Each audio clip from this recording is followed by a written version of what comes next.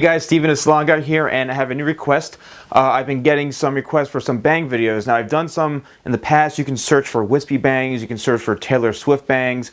I've done some in the past, but this one is really cool, and I'm a huge fan of hers, Zooey Deschanel. She's got these really cute bangs, but there's a unique twist to what we're going to be doing today, so let's get started. Alright, what I've done here is I've created a pretty far back triangle section at the high point of the head and came down to the corners of the eyebrow, which usually is where bangs start. This is a mannequin head, so everything's different. Obviously it's not human, so everyone's different. So what we're going to do now is we're going to actually just cut this all in pretty much one shot here. You might want to take this in two sections if you don't feel comfortable, so you can split this up into two like this if you feel more comfortable doing it this way. But sometimes if you get it in one shot, everything pretty much remains, you know, relatively even and on point. So I'm just pretty much combing this all out like this, combing it down. Now I'm going to switch to the wide teeth. Now there you can see I'm going to lock it in.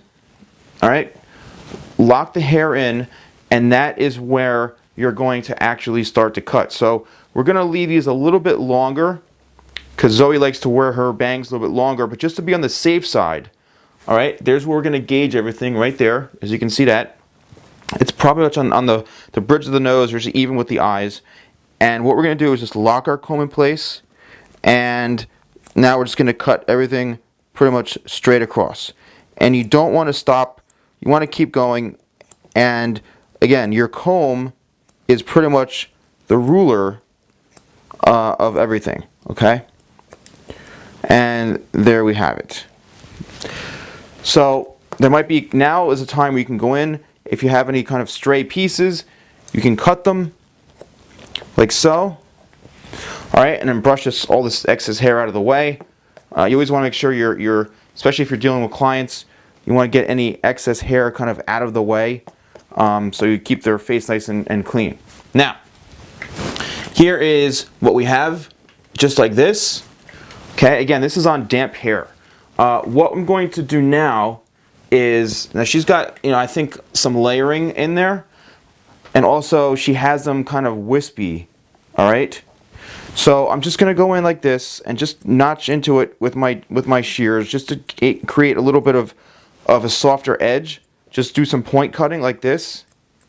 All right, and now what I'm going to do is pick the hair up this way.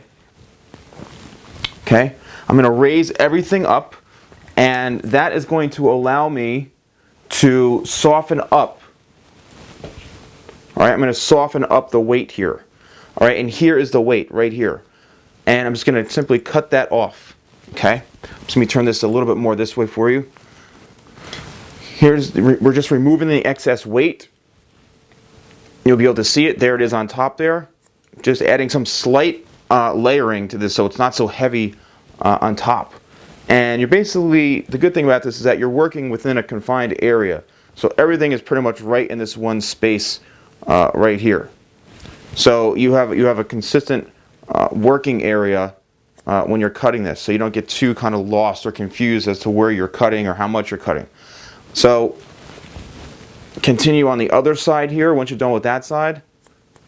And then you can do this last section here. Pretty much you can almost comb everything up into one point just to kind of check and see where you're at.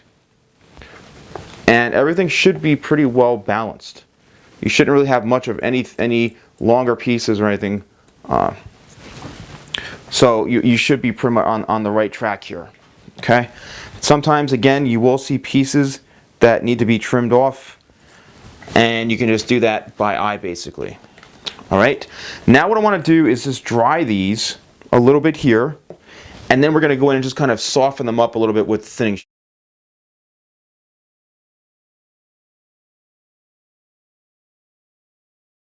All right, so now we've got our fringe pretty much complete here, and as you can see, sometimes she wears it pretty much like this, and if you just kind of separate them with your hands like this, you can kind of create that, you know, separated look that she has sometimes, and it's just really using your hands. But you know, a lot of times it's way too thick, So here's what we do. I've got the thinning shear right here, and what we're going to do is just going to come in here and we're just going to start to remove some excess weight right through the front here. All right, we're going to soften up these edges just so we can have a little more freedom and movement. Now you can also take this up like this with your hand and remove some excess weight that way.